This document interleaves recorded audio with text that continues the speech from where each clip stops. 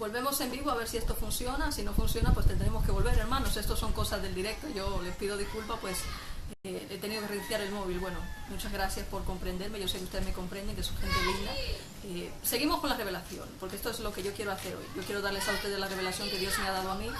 Sé que pues en cierto modo va a ser un poquito difícil de comprender, porque es muy profunda, pero vamos a intentar por todos los medios hacerlo de la mejor manera posible.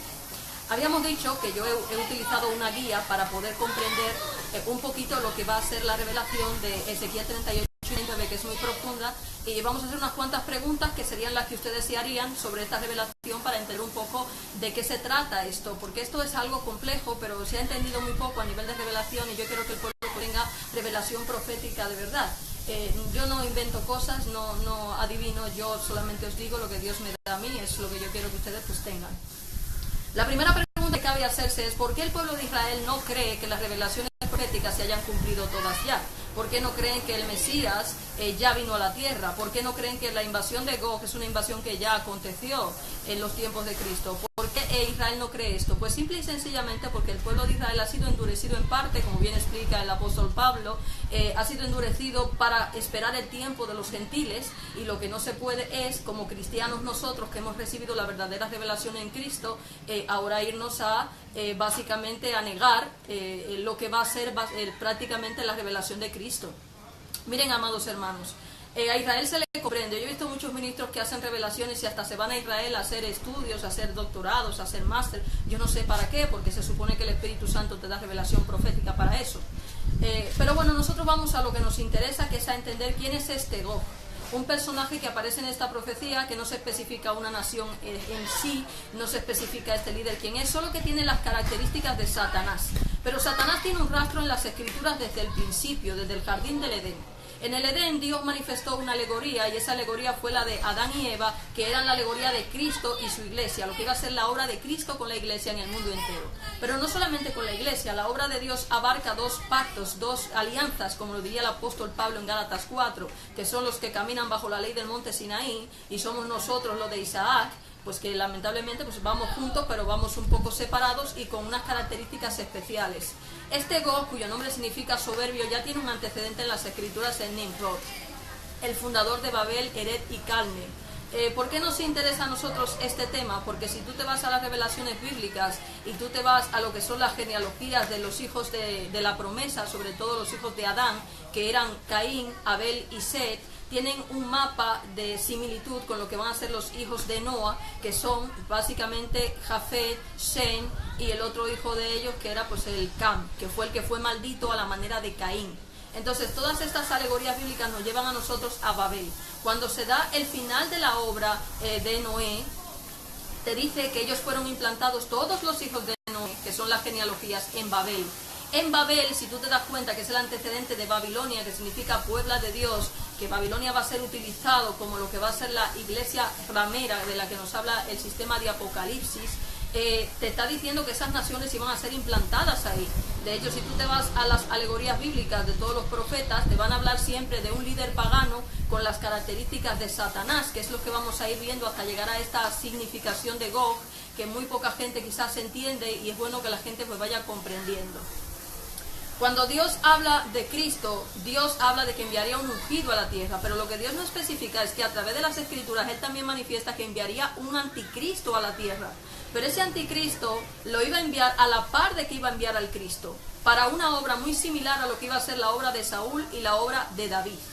Porque si ustedes se dan cuenta, todas las alegorías bíblicas cobran vida a través de la obra de Jesucristo. ¿Qué nos interesa a nosotros ahora mismo saber? Si tú te das cuenta, a través de todas las naciones, los profetas van hablando de invasiones al pueblo de Israel. El pueblo de Israel iba a ser deportado a una nación. Se utiliza Siria, se utiliza Babilonia, se utiliza Egipto, pero siempre este rey de esas naciones tiene unas características muy similares a las de Satanás. Es un rey que ha puesto Dios le ha dado el poder sobre su pueblo, esclaviza al pueblo, el pueblo tiene que padecer, el pueblo ungido de Dios tiene que padecer dentro de ese sistema, y Dios va estableciendo lo que va a ser el proceso de la cristiandad a través de ese impío que se iba a establecer en el sistema a través de las mismas Escrituras. Entonces, ¿cuál es el problema para entender quién es este Gog? Pues porque no es en sí un personaje, es un ministerio. nosotros sabemos por revelación que Gog va a ser el papel de lo que va a ser la invasión de Roma, como lo que posteriormente será el imperio babilónico.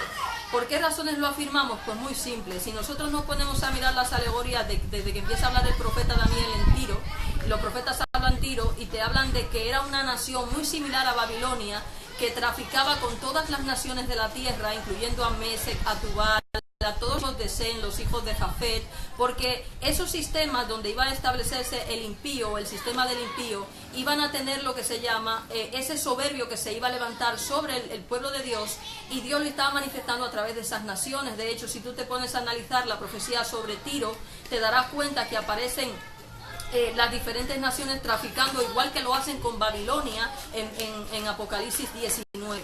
Entonces, ¿por qué Dios utiliza estas naciones para hablar de este impío? Porque era una manifestación que Dios iba a hacer a través de las Escrituras, a través de esa nación que Él escogió, que fue Roma, para invadir el pueblo de los santos, la tierra santa. Pero no solamente iba a ser Roma la que se iba a encargar de hacer esa lucha y esa pelea, sino que el mundo islámico iba a jugar también un papel trascendental en todo esto. ¿Por qué nos interesa saber esto? Si tú te vas a las genealogías, por ejemplo, de Noé, te darás cuenta que en los descendientes de Jafet aparece la tierra de Magog, que significa tierra del soberbio, tierra de Gog. Pero también aparece en los descendientes de Sem un descendiente de Rubén, que sabemos todos que Rubén es hijo de Lía, de la alianza del antiguo pacto, y que también se llama Gog. Aparece también en la alegoría un descendiente, o sea, un nombre llamado Ros.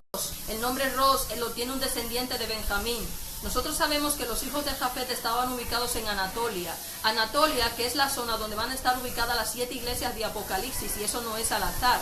El hecho de que este Ros aparezca como un descendiente de Benjamín tampoco es al azar, porque si sabemos nosotros, Pablo es el que se va a encargar de lo que va a ser el establecimiento de estas iglesias en Anatolia. Y es precisamente en Anatolia donde va a aparecer este impío en la cristiandad, que va a ser elevado por medio de un poder engañoso que Dios enviaría a la cristiandad para que todos los que se complacieran en la mentira fueran condenados. Y ese líder de que habla 1 Tesalonicenses 2 también tiene las características de ese Satanás, que es muy similar a lo que pasa con Gog. ¿Cuál es el problema para no entender esto? Si nosotros no vamos al libro de los Hechos, tenemos un desfase profético. La gente cuando estudia las profecías, las estudia desde lo que está viviendo. Pero yo las profecías las estudio desde el mundo histórico donde se dieron. Y eso es lo que yo quiero que ustedes aprendan a hacer para que ustedes no sean engañados. Cuando se da el día de Pentecostés en Hechos 2, acontece un hecho relevante que te da a ti la respuesta a lo que es la profecía de Gog. Por ejemplo, tenemos que en el libro de los Hechos te dice que habían sido reunidas gente de todos los lugares de la tierra, judíos que habían sido recogidos de todos los lugares de la tierra, y estaban allí reunidos cuando se desataron las lenguas de fuego, cuando se desató la unción de Dios, y dice que el Espíritu Santo de Dios se había cumplido la palabra del profeta Joel, que derramaría su espíritu sobre toda carne. Si tú vas a la alegoría o te vas a la profecía de Ezequiel 38-39, te vas a dar cuenta que te dice al final que en conclusión Dios iba a derramar su espíritu sobre toda la casa de Israel, y esa era la promesa. Pero justo cuando Él recibiera o recogiera a todo su pueblo de todas las naciones donde habían sido enviados, cuando fueron enviados en Babilonia, que es desde donde está hablando el profeta Ezequiel está en Babilonia y está diciendo estamos deportados, pero la Biblia afirma en Hechos 2 que ellos habían sido esparcidos a todas las naciones de la tierra, y que al venir el Cristo se cumplió esa promesa del derramamiento del Espíritu Santo, de la que hablaba el profeta Joel. Ahora bien, ¿qué es lo que pasó inmediatamente después de que Cristo se va y se derrama el poder del Espíritu Santo? ¿Quién entra a Jerusalén? Jerusalén es invadida por el Imperio Romano. De hecho, en el año 70, que es con el cumplimiento del derribo de lo que va a ser el templo de Jerusalén, que es cuando dice en Lucas 21, en Mateo 24, que la abominación de la desolación entraría a Jerusalén y la cercaría. Estamos hablando de Tito, el emperador romano, que destruye Jerusalén. ¿Qué es lo que va a pasar inmediatamente? No solamente va a invadir el Imperio Romano. Nosotros nos encontramos que en el siglo III exactamente entran los persas, los seleucidas, empiezan las guerras bizantinas seleucidas, donde una mujer en lo que es Siria se subleva y crea unas guerras en lo que es la actual Palmira y se apodera de toda Palestina. Es el antecedente inmediato del Islam. ¿Qué es lo que va a acontecer inmediatamente esto pasa? Pues que empieza una guerra por la Tierra Santa. Si nosotros no vamos al libro de Daniel, tú te das cuenta que la entrada a la Tierra del Esplendor, de la que se habla en Daniel 8, lo hace el Imperio Romano. El imperio romano es quien entra, cuando habla de Satanás, que arrastra la tercera parte de las estrellas del cielo en la tierra del esplendor. Si tú te das cuenta que te manda a Daniel 11 hacia su capítulo 16, que es cuando se va a entrar en materia de cuando entra el imperio romano, te manda Apocalipsis 12, donde se te dice que Satanás arrastra con su cola la tercera parte de la tierra, y Cristo dice, yo veía a Satanás caer del cielo como un rayo, o sea que era Jesucristo ese niño que esa mujer iba a dar a luz. Por consiguiente, el imperio del que se está hablando en Daniel como la abominación de la desolación es el imperio romano. Pero como nosotros sabemos, según lo que nos dice el apóstol Juan en su capítulo 19 de la Biblia, 18-19, sabemos que la bestia que estaba reinando en el tiempo que está hablando Juan era de Domiciano, o sea, era el padre de Domiciano y de Tito, que era Vespasiano de la dinastía Flavia. Habían caído 5 en ese momento, que eran de los que estaban Nerón y estaban Calígula, que eran los peores reyes o emperadores que había tenido Roma, y este sistema se iba a establecer sobre la cristiandad. Entonces, ¿qué es lo que va a pasar inmediatamente? Que empieza una guerra entre todas las naciones que descienden de Jafet, que es donde van a estar las 7 iglesias cristianas, contra el Islam. Los pueblos del Islam, que va a ser una liga, una asociación árabe, y van a estar invadiendo la Tierra Santa durante siglos y siglos, matándose unos con otros, y tenemos que de la descendencia de Rubén había un Gog, y la tierra de Magog, que era lo que estaban en Anatolia, donde estaban las 7 iglesias, es llamada Magog. Es porque aparecen los papas, aparecen los califas. Estos papas que aparecen con el título de padre, que es el título de Dios, pero el califa tiene la misma denominación. Lo que pasa es que ellos entran en la cristiandad a partir del Corán. Nosotros entramos a partir de las cartas paulinas a establecer este tipo de sistema. Entonces, ¿cuál es el problema que nosotros tenemos a la hora de entender las revelaciones de Gog y Magog? Que cuando la Biblia te está hablando de esta revelación, él te dice que esos pueblos van a entrar, pero tú no te pones a pensar lo que aconteció históricamente a través de las naciones, a través de la historia. Inmediatamente el imperio romano es utilizado, llevado por Dios, porque la gente dice, no, viene del confín del norte. Pero el Salmo 48 en su versículo 3 te dice que el templo de Dios está situado en el confín del norte. Y obviamente él se estaba refiriendo a lo que iba a ser la Babilonia espiritual, que es la que va a invadir inmediatamente la tierra de Jerusalén en los tiempos de Jesucristo. Cuando negamos que la revelación profética fue cumplida en Cristo, estamos negando que la obra que Cristo hizo fue cumplir con los profetas y con la ley. ¿Por qué tenemos que entender nosotros todo esto? Porque desgraciadamente, si nosotros analizamos las diferentes naciones, el mismo apóstol te dice que estaban, cuando Israel fuera reunida de entre todas las naciones, la gente piensa que se está refiriendo solo ahora, pero es porque olvida que Israel ya había sido esparcido antes en Babilonia, y cuando Ezequiel está hablando es precisamente cuando ellos habían sido distribuidos por Babilonia y iban a ser esparcidos por todas las naciones de la tierra, y es cuando Ciro el persa entra y trae a todos los deportados por orden de Yahvé como imagen del ungido que va a ser Jesucristo en ese gran avivamiento que ocurrió en el siglo I. Entonces, cuando la gente mira las alegorías bíblicas y las profecías, no se pone a pensar que todo eso ya sucedió, pero tiene que volver a suceder, porque lo que ellos vivieron a nivel simbólico, nosotros lo vivimos a nivel espiritual. O sea, ellos lo vivieron en sombras y figuras y nosotros los estamos viviendo a nivel espiritual. Cuando se habla de la invasión y de la matanza que se da, hay muchas alegorías que se pueden ver. Por ejemplo, la guerra santa de Edom, que es la que hace Josafat. Sabemos que la alegoría de Josafat es similar a la de Acab y Jezabel con los profetas de Baal, que sabemos que va a ser la manifestación de lo que va a pasar con los gentiles. Es una guerra constante entre el Islam y el cristianismo. ¿Y por qué nosotros ahora estamos tan sorprendidos? Porque sigue pasando lo mismo, porque los libros, o sea, el poder engañoso sigue estando estable todavía. Entonces las naciones se están matando unos con otros, porque esa fue la maldición que Dios echó a través, por ejemplo, él lo dice a través del profeta Zacarías en su capítulo 11, en su versículo 6. Él dice que él levantaría un pastor despiadado sobre las naciones para que los gobernara, y él iba a hacer que se mataran unos con otros, porque esa era lo que iba a suceder en el tiempo de los gentiles. La gente que iba a seguir el poder engañoso, la gente que se iba a complacer en la mentira, se iban a dedicar a matarse unos con otros. Esto es lo que hace Constantino en el siglo III. Entonces estamos viendo que inmediatamente Roma invade Israel, cuando esa gente había sido reunido de todas las naciones de la tierra, vivían en paz, estaban allí sin cerrojos.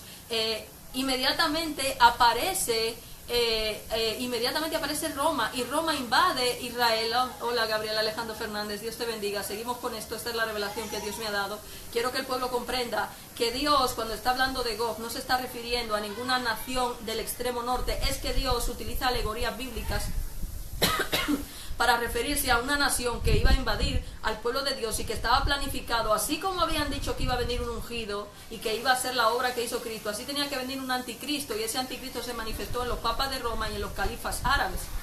Por eso hoy tenemos ese conflicto que los mismos árabes dicen cruzados a los cristianos, porque ese conflicto está ahí a causa del Corán. Nosotros habíamos hablado en una ocasión de las alegorías de Jehú y Hazael, de Damasco. Mucha gente cita el Salmo 83. El Salmo 83, señores, si ustedes lo analizan detenidamente, es alegórico completamente.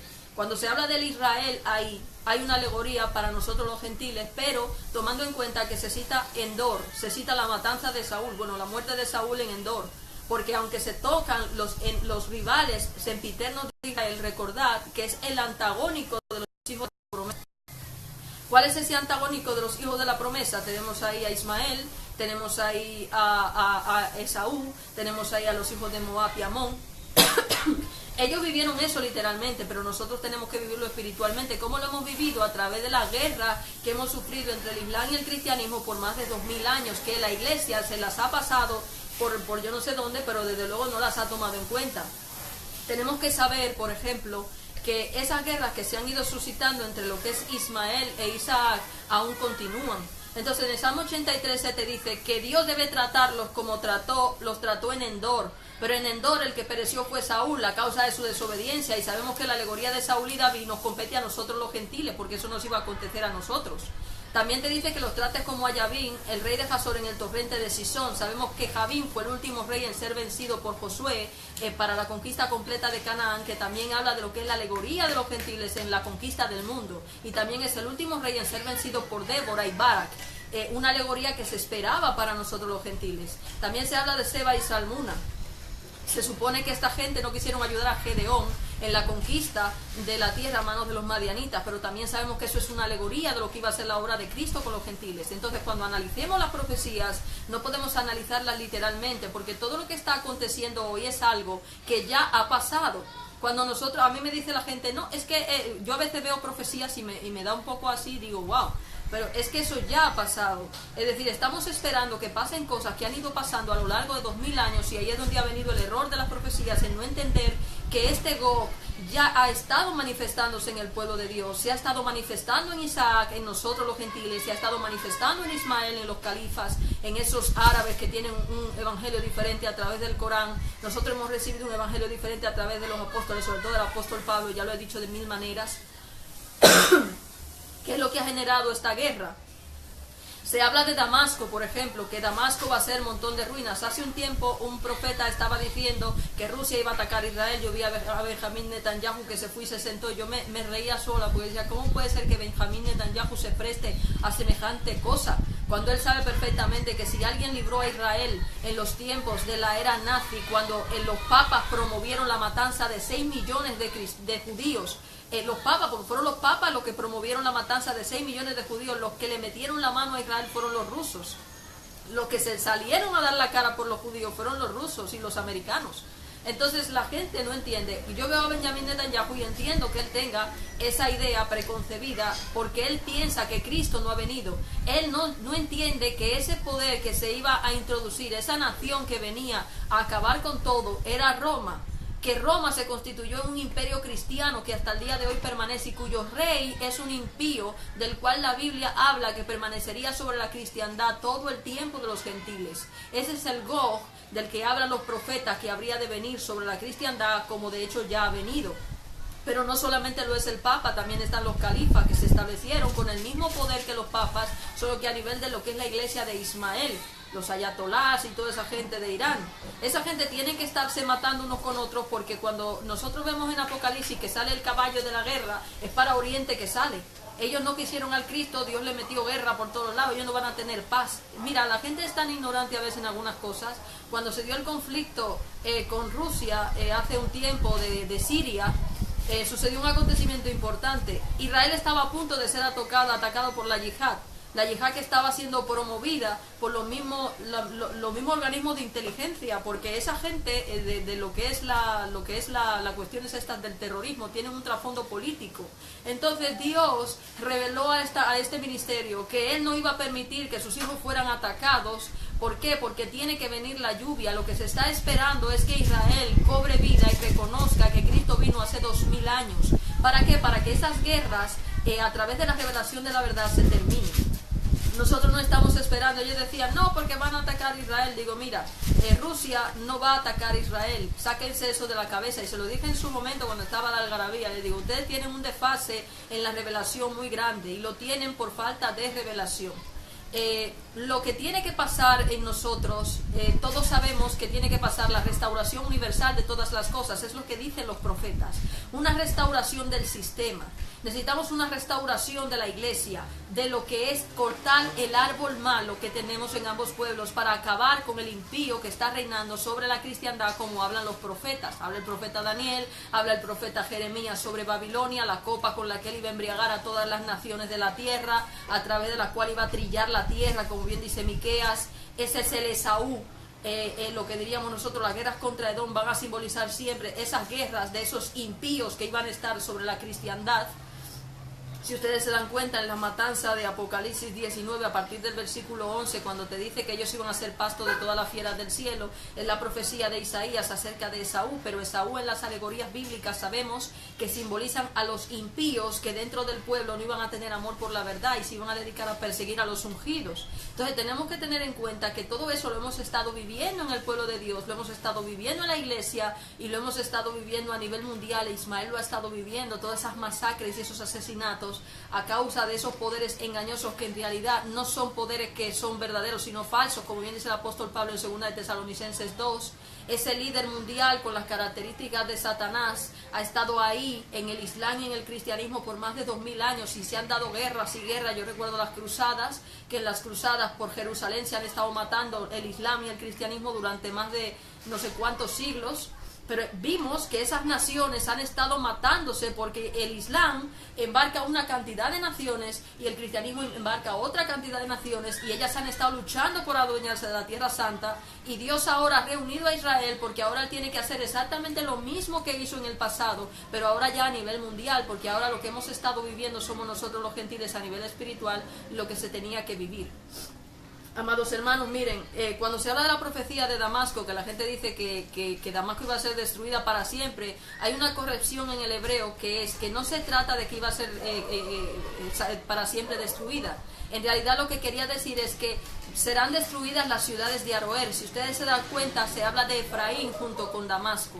¿Por qué? Porque Efraín y Damasco, Samaria y Damasco simbolizan a las dos alianzas. Damasco va a simbolizar en la Biblia lo que va a ser Ismael, y Samaria va a simbolizar lo que va a ser la iglesia gentil. Entonces Dios dice que adelgazará la fuerza de Jacob, pero te dice también que el baluarte o los reyes de Aram, como los llama él, también iban a menguar y iban a ser como la gloria nuestra, como dice el Salmo 60, que Esaú pasará a ser la gloria de Israel. Entonces es una alegoría.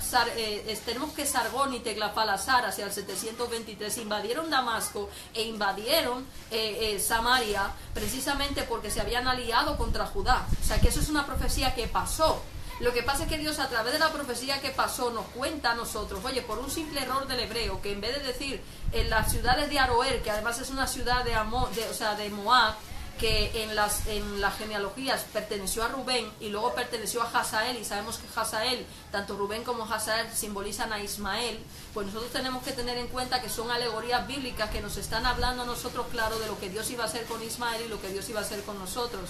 Si tú analizas cuando Dios dice que eran ciudades que estaban sin cerrojos, si te vas a la revelación de Ezequiel 38-39, cuando dice que esa tierra que estaba en el centro de la tierra iba a ser invadida, se te habla en Jeremías, no sé si es el capítulo 17, del ataque contra lo que iba a ser los reinos de Kedar a manos de Nabucodonosor, rey de Babilonia. Y ahí justamente te dice los reinos de Hazor, te dice que iban a atacar Nabucodonosor una ciudad sin cerrojos. Y te lo dice abajo, pero te lo está diciendo a través del profeta Jeremías, pues tú no entiendes de lo que te están hablando. La alianza del monte Sinaí incluye a los judíos.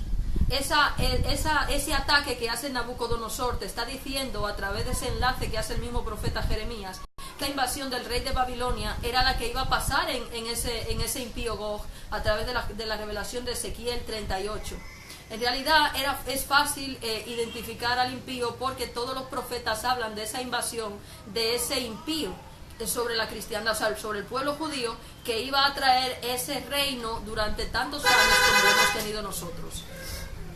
Entonces, esta guerra que nosotros hemos vivido a través de Roma y a través del Islam, cuando aparece Mahoma a través del siglo VI más o menos y empiezan las guerras islámicas, de la cual era precursora las guerras sasánidas de los persas y los romanos, pues nos van a traer un conflicto que permanece hasta el día de hoy. Pero ahora lo que Dios va a hacer es restaurar todas las cosas.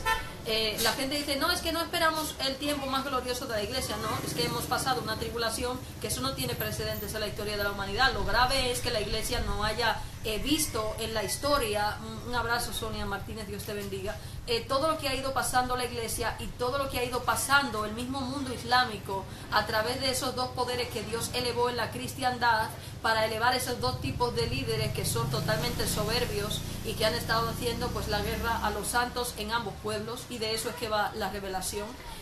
Cuando nosotros estudiamos Ezequiel 38 y 39 tenemos que saber que el libro de Ezequiel es un libro profético y es un libro que es una especie de apocalipsis. Desde el capítulo 1 Ezequiel empieza a hablarte a ti de los cuatro seres vivientes, que es lo que va a pasar en Apocalipsis, la obra de Cristo con las tribus, porque esos cuatro seres vivientes son las caras que tenían la bandera de los grupos de las diferentes tribus. En Ezequiel nosotros nos vamos a encontrar que constantemente Dios habla de la infidelidad de Jerusalén, como a Aholibá y a Aholibamá, que es una ramera, él las llama rameras. Él habla de los crímenes de Jerusalén y de cómo Dios iba a sellar a algunos y a los demás en el templo los iba a exterminar cuando hace la medida, como se hace en Apocalipsis 11, porque nosotros íbamos a entrar en el templo espiritual. Ese templo del que se habla en Ezequiel es el templo espiritual. Lo que pasa es que la descripción que se da para que se avergüence Jerusalén, como es simbólica, la gente piensa que es un templo que van a hacer en el futuro. No, Señor, cuando Cristo vino, Cristo estableció que Él se iba a destruir el templo de Jerusalén, pero el tercer templo de Jerusalén iba a ser en su propio cuerpo edificado, porque iba a ser un templo espiritual en el que íbamos a entrar nosotros por medio de las Escrituras. Entonces ahí es donde está el problema de la incomprensión, señores. Nosotros tenemos que comprender que la revelación profética es totalmente simbólica. Yo tenía una lucha con Satanás demasiado grande anoche para no predicar sobre este tema, pero creo que es tiempo de que la iglesia vaya entendiendo que Cristo cumplió con todas las profecías y que muchas de las cosas que ustedes esperan que pasen ya han pasado. Simplemente es que no se entienden por medio de revelación profética. Amón, Gog, como se llama el sitio donde va a ser enterrado Gog, era un sitio ubicado en Aser y en Neftalí. Yo había explicado a través de las alegorías bíblicas que las tribus, a través de lo que es el camino en el desierto, junto con Moisés, estaban ubicadas en el norte, Aser, Dan y Neftalí. En el oeste, que es lo que hoy actualmente es América, estaban los hijos de José, Benjamín, Efraín y Manasés. En oriente estaban Judá, Zabulón y Isaacar, y en el sur Gad, Rubén y Simeón. ¿Qué pasa? En el norte, donde aparece Dan y donde aparece Neftalí, si usted se va al templo de Salomón, en la alegoría del templo de Salomón, el danita Girán es de ahí, de Neftalí y de Dan.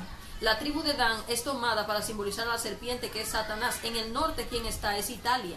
Si nosotros ubicamos las tribus a nivel de un mapa mundial, nos daremos cuenta que las tribus del norte están ubicadas en Europa. Neftalí, Aser y Dan, donde estaría ubicada Italia, es donde está la tribu de Dan. La tribu de Dan, de donde vendría la serpiente. ¿Por qué? Porque se establecería el cristianismo a partir de ahí. Entonces Dios, por eso dice que Isaacar y Zabulón tendrían tesoros ocultos en la arena, porque se trataba de los árabes. Ellos iban a tener el petróleo, iban a tener las riquezas de las naciones a causa del petróleo oculto en las arenas. Entonces todas esas bendiciones que se nos dan en la Biblia tienen un significado bíblico que quizás a ustedes les cueste un poco seguirme y entenderlo, pero es así. Entonces nosotros tenemos que entender que esta obra que Dios ha hecho, cuando el apóstol Pablo, por ejemplo, va camino de Damasco, que es tumbado del caballo, lo primero que le dice Cristo es: dura cosa te dar cosas contra el aguijón. Te está remitiendo a Génesis 49, o sí, Génesis 49, 17, cuando se le dice a Adán que es la serpiente en el camino que muerde al caballo y hace caer hacia atrás al jinete, para que entendamos que a través del apóstol Pablo Dios iba a introducir ese poder engañoso a través del cual iba a entrar el diablo a tentar a la iglesia y a elevar ese poder del impío sobre la cristiandad, porque Dios usa sus vasos y usó a Pablo como usó a Jehú, así como usó al Islam, como usó a Hazael, para hacerle la guerra a los cristianos, y de eso es que van las alegorías. Entonces, hermanos, Amón es un sitio ubicado en Aser y Neftalí, es decir, se está refiriendo a que nos está hablando de lo que estoy hablando yo, es Roma. Dios todo el tiempo ha hablado de que iban a morir los impíos. Si usted se va a Apocalipsis 19 a partir del capítulo 11, cuando se llama de que Dios iba a ir a lo largo del tiempo con Cristo juzgando a las naciones, ¿qué os cree? Que eso es una cosa del tiempo final. Hemos dicho que la venida de Cristo por un lado es progresiva y por un lado es final. Hay una parte literal y una parte progresiva. ¿Qué es lo que ha ido haciendo Dios a lo largo de 2000 años? Todos los impíos que no han habrán ido muriendo. Toda esa gente que hizo guerra, como dice por ejemplo la revelación de Egipto, en la revelación de Egipto, si te das cuenta, se te habla de que Egipto era un cedro sobre el que reposaban todas las aves del cielo y que Dios le dio ese poder. Es el mismo poder que le da a Nabucodonosor, el rey de Babilonia. Si tú te vas al rey de Asiria, en Isaías, en su capítulo 10, te dice que el rey de Asiria era ese impío del que se dice que sería encadenado. Dice el hombre fuerte que sería encadenado por Cristo, que es el diablo.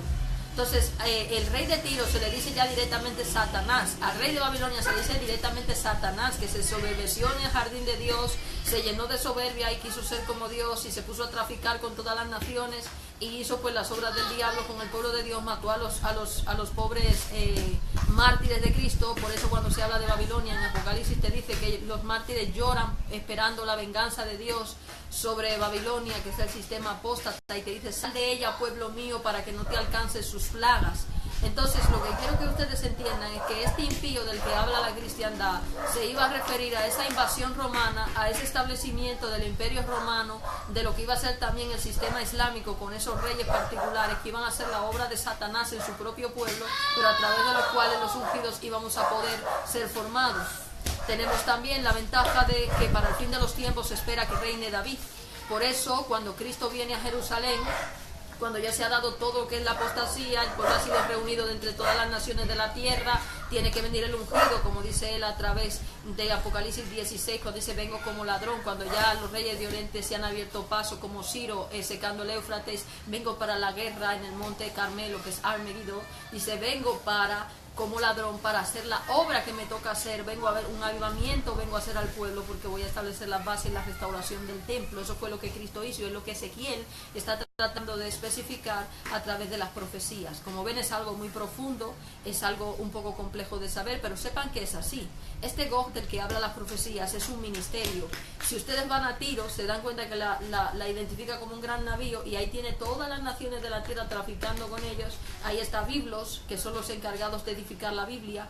Ahí están los remeros, que aparecen gente de Israel, hace una parte, España hace una parte con las naves de Tarsi, Mesec y Tubal hacen otra con las armas de guerra, de Kedar aparecen los machos cabríos para el sacrificio. Todo lo que son las alegorías bíblicas te hablan de esta obra maravillosa que se ha hecho a través de Cristo y de ese impío que ha estado reinando sobre la cristiandad y sobre el Islam y que ya llega a su fin.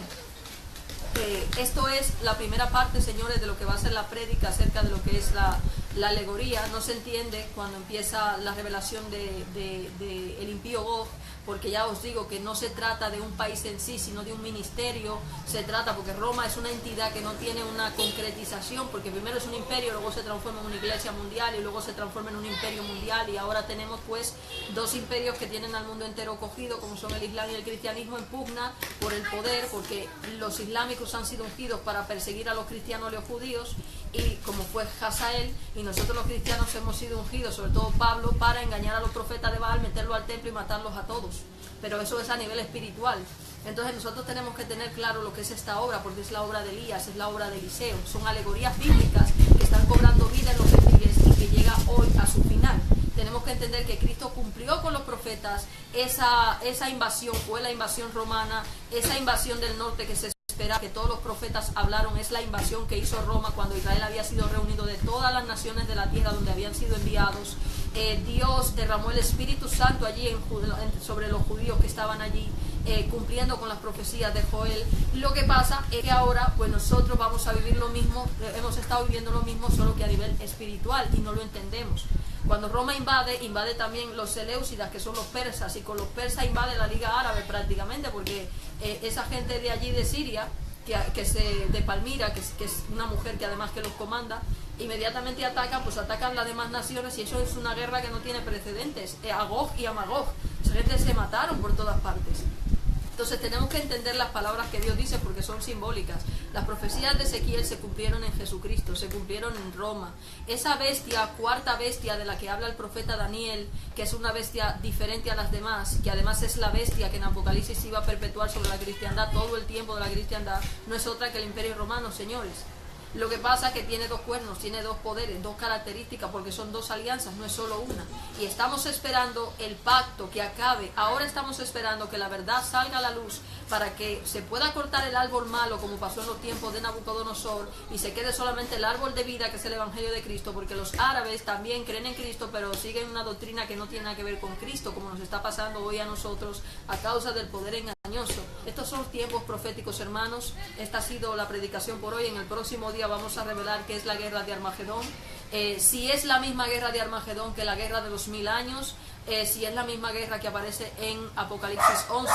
También intentaremos revelar por otra parte las diferentes cosas que no se saben sobre Apocalipsis, porque obviamente se está esperando entender qué es lo que está pasando hoy en Oriente Próximo y si va a haber una guerra mundial. Yo les digo de antemano, señores, que lo que espera a la humanidad es la restauración universal de todas las cosas y que los reinos de la tierra pasen a manos de los ungidos de Dios. Eso es lo que se espera según las revelaciones de Daniel, que Dios ponga a su reino ungido, a su pueblo ungido, a gobernar cuando el impío sea quitado de en medio, porque debe ser quitado de en medio ese poder engañoso que está sobre la cristiandad, que está sobre el Islam y que ha cumplido su finalidad durante 2000 años, pero que ya no tiene más finalidad. Nosotros hemos pasado la tribulación. Os decía que por eso Mateo 24 dice claramente que todas esas cosas ya esa generación no iba a pasar hasta que acontecieran, porque todo eso empezó con Cristo, todo eso empezó a vivirse en los tiempos de Cristo. Él mismo refiere que la abominación de la desolación iba a ser ese hombre que entró en Jerusalén, que fue Tito. Estamos hablando de que Cristo incluso habla de una venida progresiva para los mismos discípulos, a recogerlos en el Espíritu. Es decir, que nosotros tenemos que saber que todo eso ha ido pasando a lo largo de 2000 años, pero nosotros tenemos que entender de qué manera y cómo. Cuando entendamos las revelaciones proféticas, entenderemos lo que Dios nos quiere decir. Señores, esto ha sido todo por esta prédica. Espero que haya sido edificante, espero que hayan podido comprenderla. Es todo revelación profética. Yo no hablo nada, no me he ido a internet a buscar lo que dicen sobre las naciones, porque Dios a mí lo que me dice que hable es la revelación de las profecías. Sabemos que todo lo que Cristo hizo fue cumplir con las profecías. Entendemos que Israel se constituyó en nación ahora otra vez, pero es porque ya todo lo que Israel vivió en lo literal tiene que volver a suceder ahora en lo espiritual, y ya el cometido de Israel en el tiempo que Dios quería, caminando con los gentiles, ha finalizado. Ahora Israel va a tener que vivir el avivamiento que Dios tiene preparado para ellos, para que nosotros podamos alcanzar también misericordia, al igual que Israel, a través del conocimiento de la unción de Dios, del ungido de Dios, que ellos no pudieron reconocer hace 2000 años. Y eso es, señores, todo por hoy. Para el próximo domingo vamos a estar predicando sobre la guerra de Armagedón, sobre lo que es Apocalipsis, para los que estén interesados. En el nombre de Jesucristo, gracias por haberme escuchado. Soy la profeta Rojas. Nos pueden seguir en nuestra página Iglesia Camino a la Salvación. También pueden seguirnos a través de Facebook, si es interés de ustedes. Que la gracia del Señor esté con ustedes en este día. Gracias por haberme escuchado, y bueno, espero que puedan buscar por la palabra las cosas que yo les he ido diciendo. Sé que son cuestiones difíciles porque tienen que ir buscando revelación profética. Yo les haré un escrito con todos los detalles de revelación, con todos los enlaces de revelación, para que puedan entender lo que yo les he ido explicando. Gracias, hermanos, en el nombre de Jesús. Que pasen un buen día.